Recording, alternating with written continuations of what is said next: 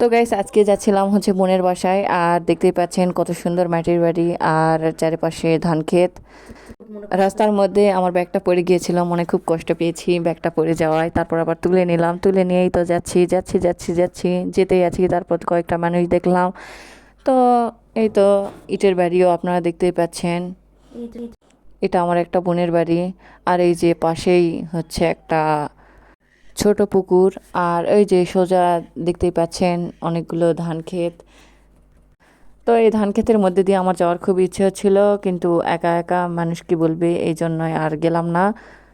তো এরপরে পিছন থেকে একটা লোক ডাক দিয়ে বলল, এবার তোমার ব্যাগে তো অনেক ধুলা ভরে আছে। তারপর আবার ধুলাগুলো ঝেড়ে নিলাম। আর মনে মনে বললাম, হায় রে বোকা মন, ব্যাগটা মাটিতে পড়ে গেছে কিন্তু ধুলা ঝাড়ার কথা মনে নেই। তো বোনের বাড়ির এই গ্রামটা আমার কাছে অনেক বেশি ভালো লাগে, তাই আপনাদের মাঝে ভিডিওটা শেয়ার করলাম। এর আগেও আপনাদের মাঝে এই গ্রামের একটা ভিডিও শেয়ার করেছিলাম, কিন্তু এত সুন্দর করে প্রকৃতি দেখানো হয়নি।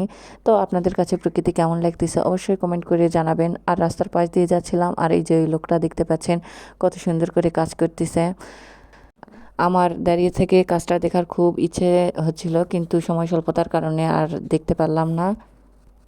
এই পাশে আরেকটা মহিলা পুকুরে কাপড় ধুচ্ছিলেন। আসলে বাড়ির কাছে পুকুর থাকলে অনেক বেশি সুবিধা, বিশেষত কাপড় ধোয়ার জন্য বেশি সুবিধা। আসলে মোটরে পানি খরচ অনেক বেশি হয় জন্য গ্রামের মানুষের জন্য পুকুরটা অনেক বেশি সুবিধা। তো গ্রীষ্মকালে এই গ্রামে আসলে শুধু কাঁঠাল আর আমই দেখতে পাই।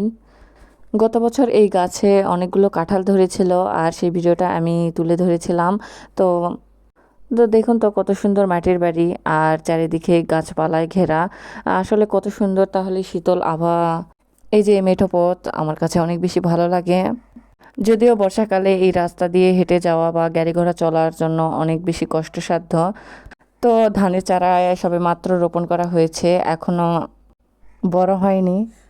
তো এই পাশে এই যে এই জায়গার নাম ঈদগাতলি, অর্থাৎ এখানে ঈদের নামাজ পড়া হয়। তো আমি মাঝে মধ্যেই এখানে হঠাৎ করে চলে আসি বোনের বাসায়, আর ভাগ্নারা এখানে খেলাধুলা করে। আর মাঝে মাঝে দেখি তারা পিকনিক করে।